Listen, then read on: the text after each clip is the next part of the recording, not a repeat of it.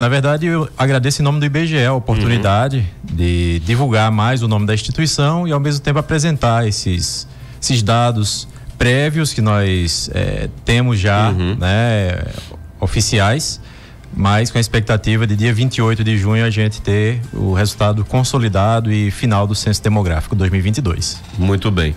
Você até repassava para a gente já uma reunião que vocês realizaram de planejamento e acompanhamento do censo de 2022, e eu queria que a gente pudesse falar um pouquinho sobre isso, né? Eu lembro que da última vez que você esteve aqui, a grande preocupação era municípios que perderam população, que estavam com risco de perder FPM, vocês também que estavam com a dificuldade de chegar, né, a residências, né? Então, como é que está hoje o panorama, né? Aqueles problemas, vocês conseguiram superar aqueles problemas que estavam acontecendo, Jorge, para então conseguir entregar, né, o trabalho de vocês? Depois do apoio que nós tivemos maior dos poderes executivos e todas as cidades que nós estávamos trabalhando e com essas pendências maiores, então nós tivemos um êxito, não só o apoio do Poder Executivo, né, mas também o apoio da mídia local, das rádios locais, como é o caso da Cultura FM, que deu essa vitrine para o IBGE, para que as pessoas pudessem abrir as portas dos seus domicílios. Então a gente conseguiu sanar, até porque a gente teve também mais tempo para visitar essas casas, esses domicílios que no primeiro momento as pessoas não foram encontradas. E aí nós voltamos a campo e fizemos, como nós chamamos, um pente fino nessas casas sem entrevista e conseguimos diminuir bastante o percentual delas.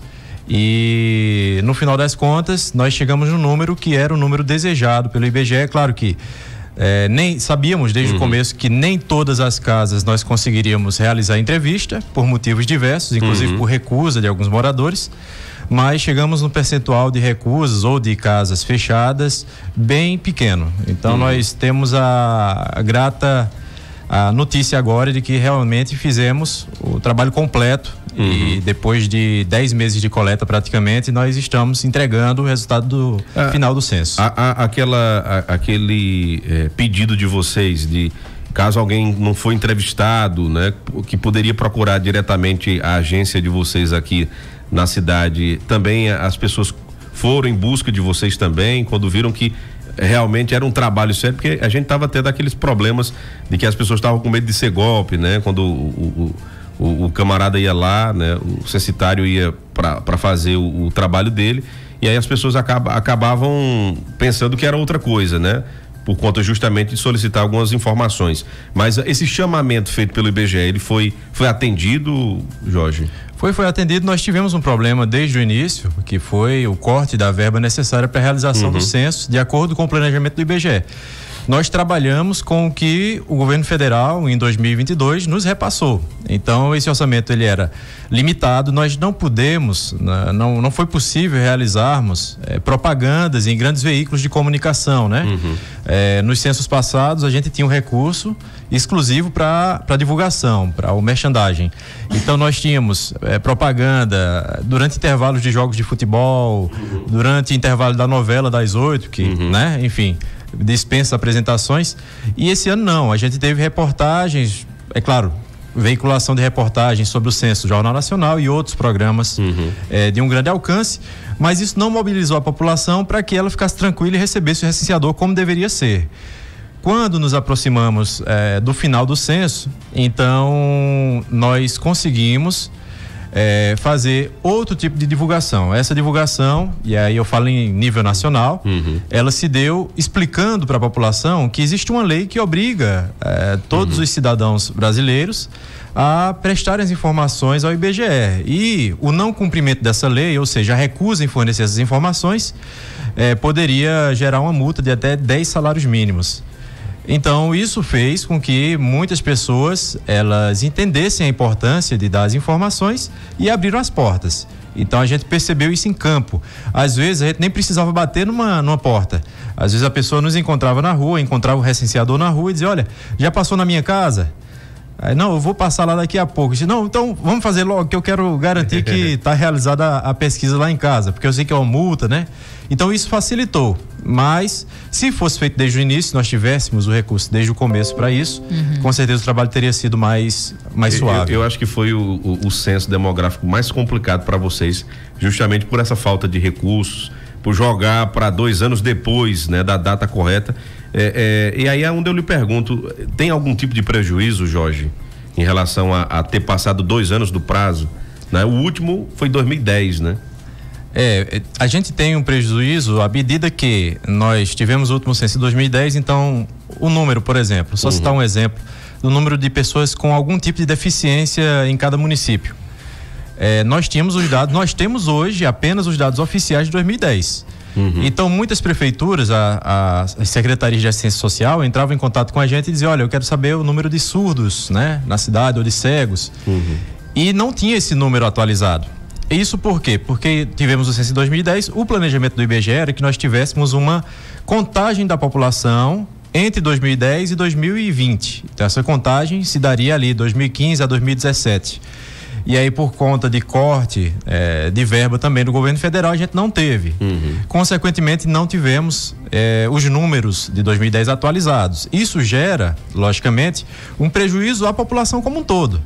Porque não é só a prefeitura que precisa dos dados do IBGE, mas até as empresas privadas, uma indústria, uma fábrica, um comércio grande, ela antes de se instalar numa cidade, ela vai fazer o estudo econômico. Exatamente, a viabilidade, e isso vai chegar na população, a faixa etária, o grau de escolaridade, inclusive para o preenchimento de vagas de pessoas, né, portadores de deficiência. A gente sabe que temos que ter um dado oficial e esse é do censo. Então, traz prejuízo nesse sentido. Além do que também, muitas prefeituras, elas não tinham sua população atualizada por essa contagem que deveria ter acontecido, ou pelo censo que deveria ter acontecido em 2021, mas já até entendemos que pela pandemia, o começo da vacinação, talvez não fosse o momento ainda. Contudo, né, essas prefeituras tiveram uma população sendo estimada ano a ano, e algumas variáveis que fizeram as populações diminuírem, né, ou pelo menos não atingirem aquilo que o IBGE previa, fez com que algumas prefeituras mudassem de faixa do FPM, ou seja, subissem o valor do fundo de participação dos municípios. E agora, com a realização do censo, a gente percebeu que elas não tinham atingido aquela estimativa que o IBGE tinha lançado. Consequentemente, algumas vão perder recursos financeiros, porque a população não atingiu aquilo que era esperado, né? Porque a gente teve algumas variáveis como seca prolongada, crise econômica, desemprego, né? Alta da inflação, tudo isso fez com que muitas pessoas, em especial na zona rural, migrassem para outros centros onde tivessem mais oportunidades de trabalho, e isso a população de algumas cidades, em especial as menores, não cresceu o suficiente ou às vezes até diminuiu em relação a 2010.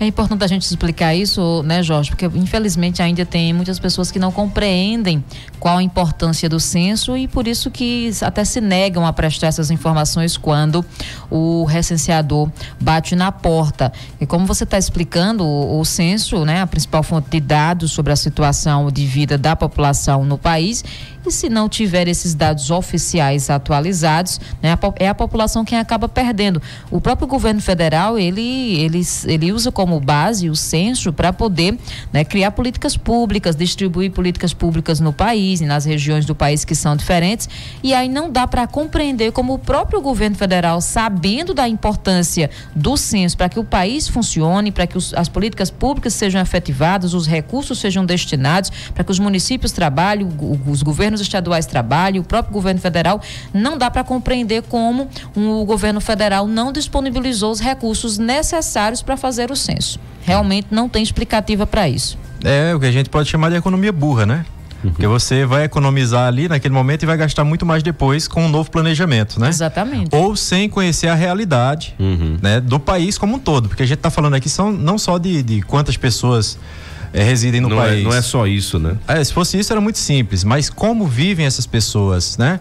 Qual é o índice de analfabetismo, por exemplo? Quantas pessoas estão ociosas, ou seja, elas estão procurando trabalho e não têm trabalho? Qual é a renda média da população brasileira? Qual é a escolaridade? Né? Qual é por renda, né? Por cor de pele, por exemplo, cor ou raça? Qual é a renda da população branca, preta, né? Parda, indígena?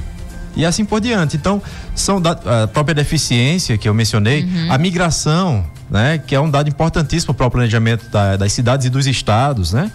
Então, a gente tem uma perda muito grande quando não realizamos um censo na época correta, com o recurso correto e com a propaganda devida. É verdade. E falta de recurso não foi, né? Que o governo teve em 3 anos 53 bilhões para orçamento secreto. Então, falta de recurso para fazer o censo é que não.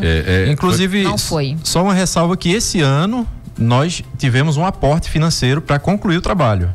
Ou seja, aquele valor que foi repassado lá em 2021, 2022 não foi suficiente. Então, esse ano o governo atual teve que fazer um novo aporte, mas ele fez. E justamente com esse outro aporte, nós pudemos visitar mais uma vez aquelas casas fechadas e fazer as entrevistas que estavam faltando. Exatamente. Né? É interessante que o IBGE ele acaba dando, vamos dizer assim, uns aperitivos, né, da sua pesquisa, que é a PNAD contínua, né? Nós trouxemos até semana passada, Juliana, nós trouxemos aqui, Jorge, os dados do analfabetismo em Pernambuco, né?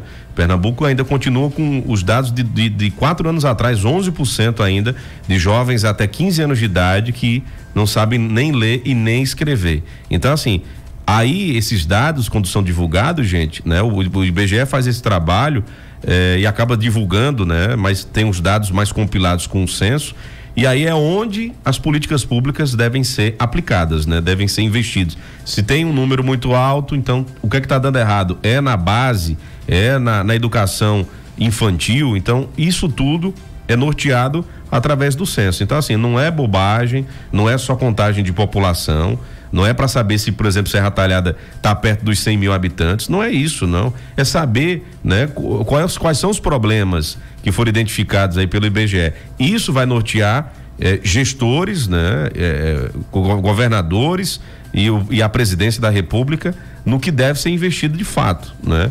E eu estava vendo aqui, né, pelo que você me mandou aqui, Jorge, isso aqui na verdade é mais a etapa do que já foi divulgado, né, pelo IBGE, inclusive aqui com a população que foi divulgada aí de forma preliminar pelo Tribunal de Contas da União, da população de Serra Talhada, 91.624 habitantes, né? Esse número, eu sei que você não pode passar, né, justamente porque ainda vai ter a divulgação oficial, mas Serra Talhada estava prestes a romper mais uma faixa do FPM, justamente por esse quantitativo. Em 2010 nós tínhamos 79 mil e alguma coisa de habitantes, então a gente teve um crescimento em 12 anos assim bem significativo, né? Muito significativo. E esses dados lançados no final do ano passado, eles são... Acho que foi em dezembro, né? Que deu aquele alvoroço todo. Isso. Em outras cidades também, né? Dia 26 e 27 de dezembro, esses dados foram lançados como uma prévia do resultado final do censo. Então, nós estávamos ainda em coleta, né? Mas o IBGE tinha que lançar um dado para o ano 2022, né? Não podia ficar sem essa informação. Essa é a população oficial do município de Serra Talhada hoje. Contudo, nós vamos ter a divulgação do resultado final, porque de lá para cá, né? Ou seja, de dezembro para cá, nós continuamos trabalhando ainda. Conseguimos fazer muitas entrevistas em algumas casas que estavam como fechadas, e esse número, a perspectiva é de que ele suba, né? Ele suba bastante na divulgação do dia 28. E só para a gente ter uma ideia, né? Entrando nos números que nós tivemos de pessoas e de domicílios. Por exemplo, em 2010, os domicílios, né, ou seja, a residência em Serra Talhada eram 28.141 residências. A gente não está colocando aqui prédios comerciais, igrejas, escolas, posto de saúde, hospital, não, só residência eram 28.141. E em 2022, só de residência nós encontramos 43.597. Bem superior, né? Então a gente tem aí 15 mil residências a mais, né? Edificações a mais do que a gente tinha em 2010. Portanto, o número de moradores também refletiu esse acréscimo. Não na mesma proporção, porque a média de moradores tem caído em todas as cidades, isso é um fato, mas nós tivemos, como você mencionou, um crescimento bastante considerável. E isso é notório, até porque nós vemos hoje Serra Talhada com um polo educacional e de saúde, né? E se a gente for pegar um panorama, Jorge, do censo de 2010 para o de agora, né, pelos os dados preliminares, por exemplo, bairros que não existiam, existem hoje, né? Jardim das Oliveiras, aquela parte do IPCEP que cresceu bastante ali, que chama Quitandinha e tudo mais, né? Chegada de shopping, aeroporto funcionando. Então, assim, grandes atacadistas, né? Em empresas que chegaram na cidade, isso atrai pessoas, né? No modo geral, né? Exatamente. E a gente vê que Serra Talhada, esse número de quase 92 mil que foi divulgado, né? A gente está esperando o resultado final, dia 28. Mas é importante destacar que Serra Talhada foi uma das poucas cidades em nossa região que teve um crescimento significativo. E esse crescimento seria maior se não tivesse havido uma migração também intensa, em especial da zona rural nesses últimos anos. Porque a gente teve esse acréscimo de 15 mil, mais de 15 mil domicílios, mas a gente tem que lembrar que muitas pessoas, elas saíram da zona rural e vieram para a zona urbana e deixaram aquela casa da zona rural lá para um apoio. Vai lá de vez em quando, ou então deixou fechada mesmo. Então essa casa foi recenseada como fechada, ou seja, como uso ocasional ou como vaga. Se ela tivesse em ruínas, nem era recenseada. Então, mas muitas pessoas, o fato migraram da zona rural para a zona urbana e outras migraram da própria cidade para outro município. Isso aconteceu. A gente vai ter o resultado, vai ter o tamanho dessa migração com o resultado final que vai ser lançado aos poucos. Mas cidades como Triunfo, Santa Cruz, Betânia, Calumbi, Flores, todas as cidades, elas perderam população em relação a 2010. Olha que interessante, né? Elas não tinham uma população em 2010 e agora a população é um pouco menor do que era em 2010. Então, um dos motivos disso é que Serra Talhada trabalhou como um imã nesses últimos anos, porque muitas das pessoas que trabalhavam no município de Serra Talhada, mas moravam nessas cidades aqui citadas, acabaram vindo com domicílio já de forma definitiva. Né? Elas formavam em 2010 o que nós chamamos na geografia de população pendular, ou seja, elas moram num domicílio, no município e trabalham em outro, no caso era Serra Talhada, mas fatores como a própria inflação alta, o preço alto do combustível, o preço mais elevado das passagens, fez com que elas achassem mais vantajoso alugar uma casa em Serra Talhada e estabelecer residência aqui do que continuar morando nessas cidades que nós podemos chamar cidades satélites, né? Porque cedem população e mão de obra para a cidade maior que tem proporcionado emprego, que é, no caso, Serra Talhada. Então, Serra Talhada, eu sei que você não pode dizer, ela consegue romper a faixa, essa faixa, entrar numa faixa nova do FPM? A gente não pode bater o martelo agora, mas a perspectiva é de que seja ultrapassado, né, a população necessária para que o município mude. Agora, se não me engano, ela está em 2,8 do FPM e passar para 0,3. A gente não vai entrar aqui em valores, até porque eu nem sei os valores. Isso é um cálculo que é feito, pelo governo federal. Mas mostra a importância do censo, né? Exatamente. Certamente muitos municípios serão beneficiados. Exatamente. E os dados que nós temos, se vocês me permitem, eu vou apresentar os que foram repassados na última reunião, certo, de consolidação, né, que nós tivemos antes do resultado final, foi de 89.614 pessoas entrevistadas, recenseadas, tá? 89.614. Aí você vai dizer, não, mas e o número de 91 a 700 e pouco lá de dezembro? É o seguinte, nós temos essa população de 89.614 recenseada. Foram pessoas que responderam ao questionário. Mas nós temos ainda alguns domicílios que não conseguimos abordar, não conseguimos fazer a entrevista, que são hoje um total de 1.118. O que é que vai acontecer nessas 1.118 casas, residências? O que acontece é que nós sabemos que essas residências possuem moradores. Então, os geógrafos, demógrafos, estatísticos do IBGE vão pegar essas 1.118 residências e vão imputar um número médio de morador por residência no resultado final. Então, vamos dizer, tem uma média de um habitante, de um morador, né? Vão pegar uma média, vão fazer o cálculo, município a município, e lançar. Então, vamos supor aqui que essa média fosse 2,5 pessoas por residência, né? Então a gente vai multiplicar esses 1.000 por 2,5, a gente vai ter quase 3.000 pessoas a mais. Então, se a gente pegasse esses 3.000 pessoas a mais e somasse com as 89.614, a gente ia subir ali para mais de 92.000 pessoas. E isso é mais do que suficiente para a cidade mudar de faixa do FPM. E então a gente tem essa expectativa de que seja, de que a faixa seja ultrapassada e consequentemente alterada. Esses 1.000 e poucos é justamente onde vocês trabalharam ao longo desse período agora para poder chegar e tentar fazer o recenseamento, né, entrevistar essas pessoas. Isso, né? Exatamente. Então a gente tinha um número bem maior do que isso. Quase 2.000 residências estavam como fechadas. E a gente foi trabalhando e conseguiu diminuir e chegar nesse número que representa em torno de 3% do geral. Né? Então, um número ínfimo em comparação com o todo. Quem ainda não respondeu, ainda tem essa possibilidade de responder ao censo ou já encerrou, Jorge? A gente encerrou a coleta dia 28 de maio. Foi o prazo final. A gente só pode ter autorização para reabrir algum município para fazer uma verificação em campo novamente, quando houver um erro crasso, um erro grave, né? Aí nesse caso a Superintendência Estadual do IBGE aqui em Pernambuco vai analisar o caso e dizer pra gente, mas pelo que a gente viu, pelo que a gente fez, com auxílio do 137 também, que era o número gratuito, muitas pessoas ligaram, outras entraram em contato com a gente por outros meios, outras falaram com a própria prefeitura e a prefeitura nos repassou, nós verificamos, então a gente acredita que não vai ter até dia 28 nenhum motivo para abrir nenhum dos municípios aqui da nossa coordenação. Muito bem. Jorge, meu querido, muito obrigado, né, por estar nos passando essas informações. Vamos ficar na expectativa dos dados, né? Não é só populacional, mas os demais outros dados que com certeza a imprensa vai repercutir bastante do que o IBGE apurou, do que o IBGE conseguiu apurar durante esse período do censo, né, de 2022, finalizando agora em 2023. Forte abraço, meu querido, e vamos ficar nessa expectativa.